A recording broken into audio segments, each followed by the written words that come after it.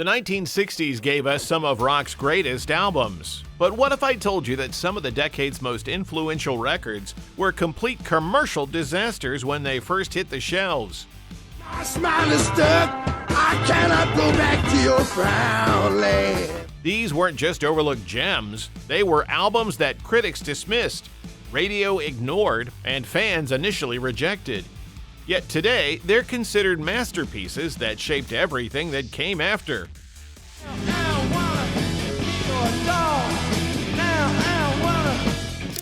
Number 13. One band dared to create the template for garage rock before anyone knew what garage rock was. A group so raw and primitive that they made the Rolling Stones sound polished. The Seeds, A Web of Sound, 1966.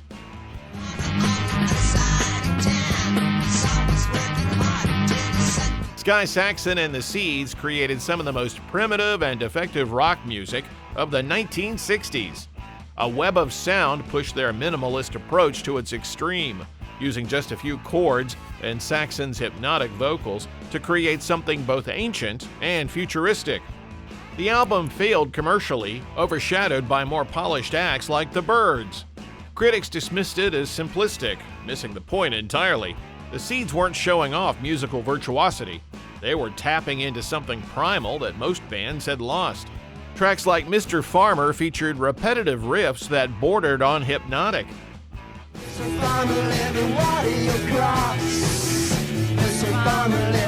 Saxon's vocals, recorded through cheap microphones, sounded like transmissions from another dimension. The rhythm section locked into grooves so tight they seemed to exist outside time.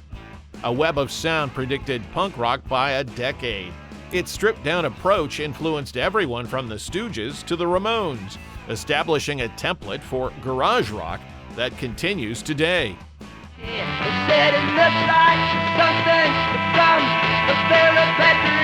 Number 12. Picture a British band that took American blues and twisted it into something so uncompromising that even their own record label didn't know how to market them. The Pretty Things, SF Sorrow, 1968.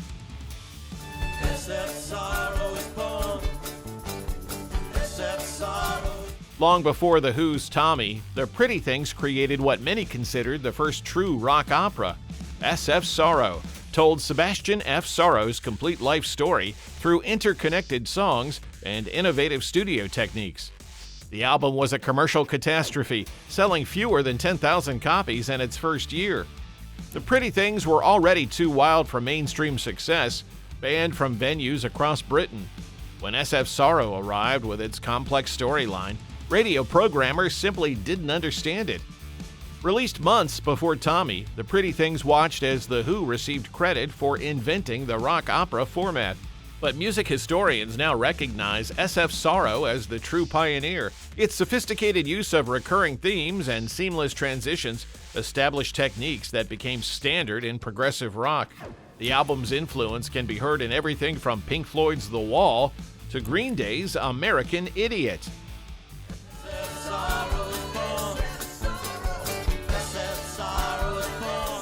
Number 11. One composer merged avant-garde techniques with rock energy, creating something so unique that audiences literally didn't know how to react. The United States of America. The United States of America, 1968.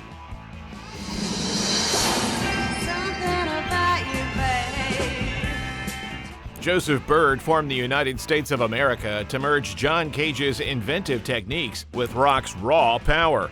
The result sounded like it had been beamed from another planet. The debut featured no guitars. Instead, Byrd used ring modulators and voltage-controlled synthesizers to create sounds that wouldn't become common for another decade.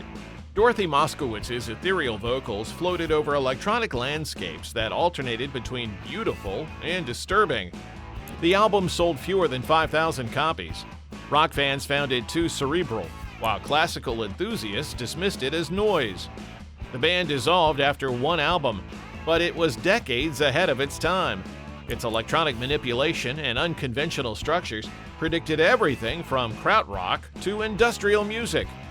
Bands like Sonic Youth and Stereolab cited as a major influence.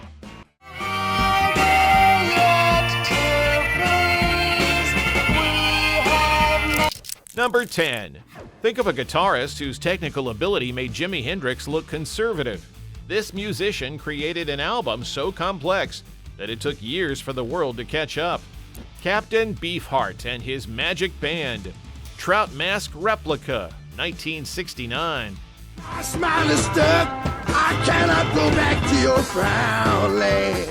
Don Van Vliet spent 8 months rehearsing his Magic Band for what would become one of rock's most uncompromising albums. Trout Mask Replica, featuring 28 tracks that seemed to follow no conventional rules. Produced by Frank Zappa, the album sold poorly and received hostile reviews. Most listeners found it inaccessible. The rhythm seemed random, melodies non-existent, and Beefheart's vocals alternated between growls and squeaks. What audiences didn't realize was they were hearing incredible complexity.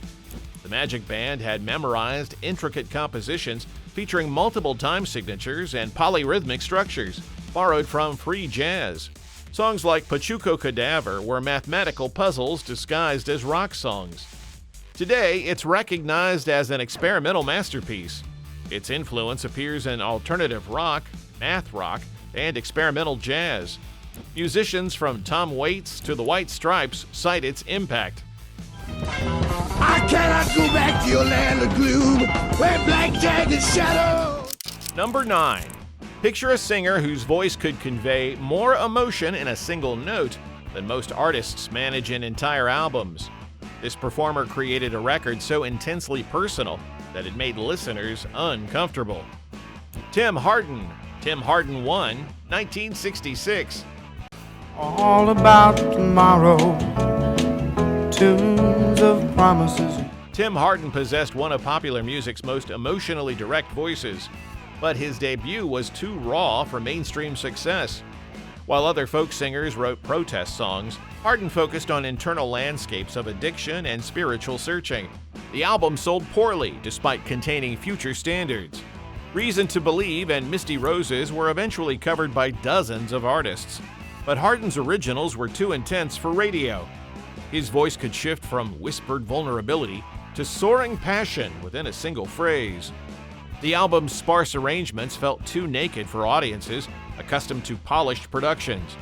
But Tim Hardin 1 captured something essential about the human condition that more successful albums missed. Its influence on singer-songwriters from Nick Drake to Jeff Buckley is immeasurable. Want me staying, don't go home, betray. Number 8. Not many bands could combine the Beatles' melodic sensibilities with the Velvet Underground's experimental spirit, creating music too pop for the underground and too weird for mainstream. The Zombies, Odessey and Oracle, 1968. At last, the sky is overcast and no. The Zombies had broken up by the time their masterpiece was released. Recorded at Abbey Road during the Sgt. Pepper sessions, it featured sophisticated arrangements and innovative studio techniques. Despite obvious quality, the album failed commercially. The band's previous hits were straightforward pop, and Odessey and Oracle confused fans with psychedelic textures and complex structures. CBS barely promoted it. The Baroque pop arrangements, featuring harpsichord and mellotron, were years ahead of their time. Songs like Care of Cell 44 combined pop accessibility with sophisticated concepts that wouldn't become common until the 1970s. Time of the Season eventually became a hit, but too late for the band. The album is now recognized as one of the psychedelic era's finest, influencing everyone from Ecstasy to The Flaming Lips. Sunday, the one that is warmed by sunshine. Number 7. Think of a band that took the album as art form more seriously than almost anyone else. Their creation was so ambitious, it alienated the very audience that had made them successful. The Kinks. The Kinks are the Village Green Preservation Society, 1968. We are the Village Green Preservation Society. Ray Davies crafted what he considered his masterpiece, a nostalgic meditation on English life. Released the same day as the Beatles' White Album, it was completely overshadowed.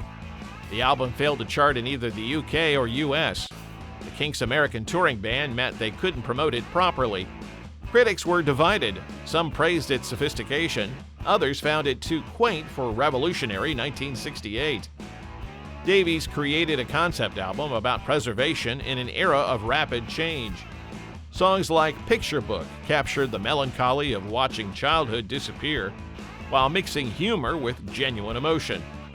Today, Village Green is considered the Kinks' masterpiece. Its influence on Britpop bands like Blur and Oasis is obvious, but it extends far beyond, establishing a template for thoughtful rock music. God save strawberry jam and all the different varieties. Number 6. Back in the 60s, this band that combined The Who's power with the Beatles' sophistication created an album so musically advanced that audiences needed years to understand it. The Moody Blues, Days of Future Past, 1967.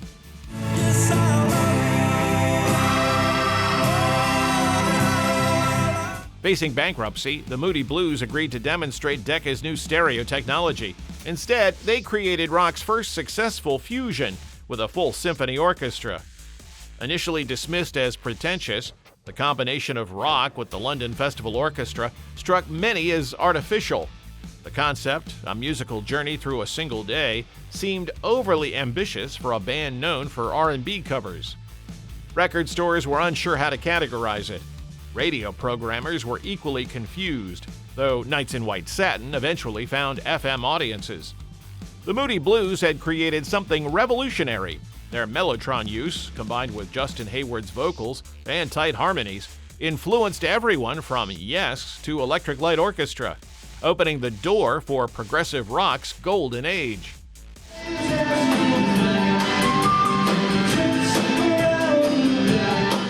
Number 5. Imagine a folk singer who decided to abandon everything that made him successful to create something so personal it would end his commercial career. Nick Drake, 5 Leaves Left, 1969. Ask for more. Nick Drake's debut was one of the 1960s most beautiful records, but sold fewer than 5,000 copies. Drake's whispered vocals and intricate guitar work, with lush string arrangements, created an atmosphere many found too intense. Island Records gave it virtually no promotion, and Drake's extreme shyness made him unsuitable for publicity. He rarely performed live and gave almost no interviews. 5 Leaves Left featured stunning beauty and complexity. Tracks like Riverman showcased Drake's sophisticated jazz harmony understanding and ability to convey deep emotion through subtle musical gestures. His guitar work influenced countless musicians, though recognition came decades after his death.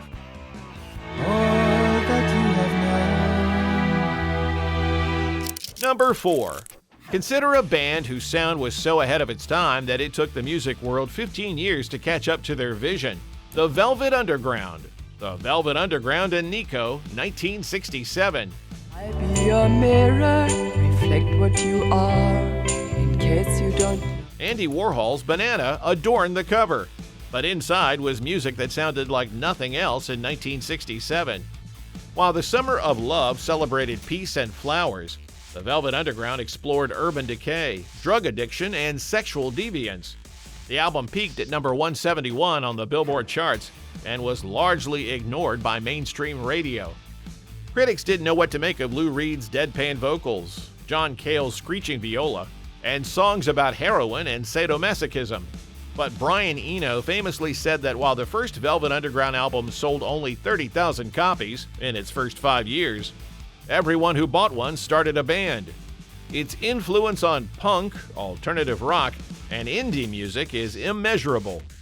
The album's combination of art rock sophistication and street-level grit established a template that countless bands would follow. If you don't know the beauty you are, but if you don't. Number 3.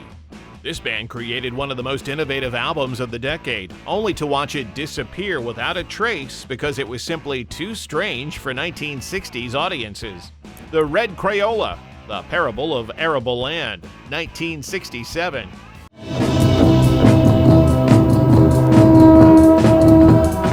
Mayo Thompson and the Red Crayola created one of the most radical albums of the psychedelic era. Recorded in Houston with producer Leland Rogers, the album combined garage rock with free-form noise experiments that anticipated punk and noise rock by decades. The album featured free-form freakout sections, pure sonic chaos created by anyone who happened to be in the studio.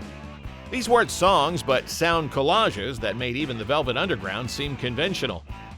International Artists Records had no idea how to market it. The album sold poorly and received virtually no radio play. Most listeners found it completely inaccessible, a collection of noise rather than music. But The Parable of Arable Land was decades ahead of its time. Its combination of structured songs and pure experimentation influenced everyone from Sonic Youth to Pavement. The album proved that rock music could be genuinely avant-garde while maintaining its rebellious spirit. Number 2. This entry covers a British blues band that was so authentic and uncompromising that they made the Rolling Stones look like pop stars. Their album captured the essence of American blues better than most American bands. Fleetwood Mac, 1968. Before they became a pop phenomenon, Fleetwood Mac was a British blues band led by guitarist Peter Green. Their debut album was a masterclass in electric blues that rivaled anything coming out of Chicago or Memphis. While the album reached number 4 in the UK, it was virtually ignored in America. Despite Green's extraordinary guitar work and authentic blues sound, American audiences showed little interest in yet another British band interpreting their music.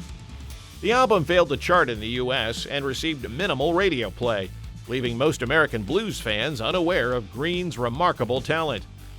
This was particularly frustrating because Green's playing was so authentic that blues legends like B.B. King praised his technique. American critics who did hear the album were suspicious of British interpretations of their music, dismissing it without giving it proper consideration. Green's tone and phrasing on tracks like I Loved Another Woman was so genuine that it influenced everyone from Gary Moore to Joe Bonamassa. The rhythm section of Mick Fleetwood and John McVie created a foundation that was both powerful and subtle. Today, it's recognized as one of the finest blues albums ever recorded by a British band, though it took years for American audiences to discover what they had missed.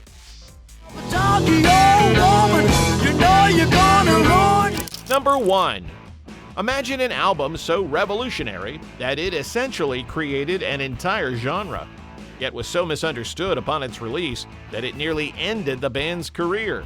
The Stooges. The Stooges, 1969.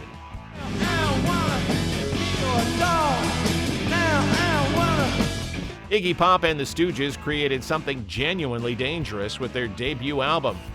Recorded in New York and produced by John Cale, it was raw, primitive, and utterly unlike anything else in 1969. The album peaked at number 106 on the Billboard charts and received savage reviews. Critics called it amateurish and unlistenable. Radio stations refused to play tracks like I Want to Be Your Dog, finding them too crude and aggressive. But the Stooges had accidentally invented punk rock. Iggy's primal vocals, Ron Asheton's buzzsaw guitar, and the rhythm section's relentless pounding created a sound that was both primitive and futuristic. Songs were built on simple riffs repeated to hypnotic effect. The album's influence is immeasurable. Every punk band that followed owes a debt to the Stooges' fearless primitivism. From the Ramones to the White Stripes, the template was established here. Raw power over technical proficiency, attitude over sophistication. These 13 albums show that commercial failure doesn't equal artistic worth. Sometimes the most important music takes years to be understood. Which overlooked album do you think deserves legendary status?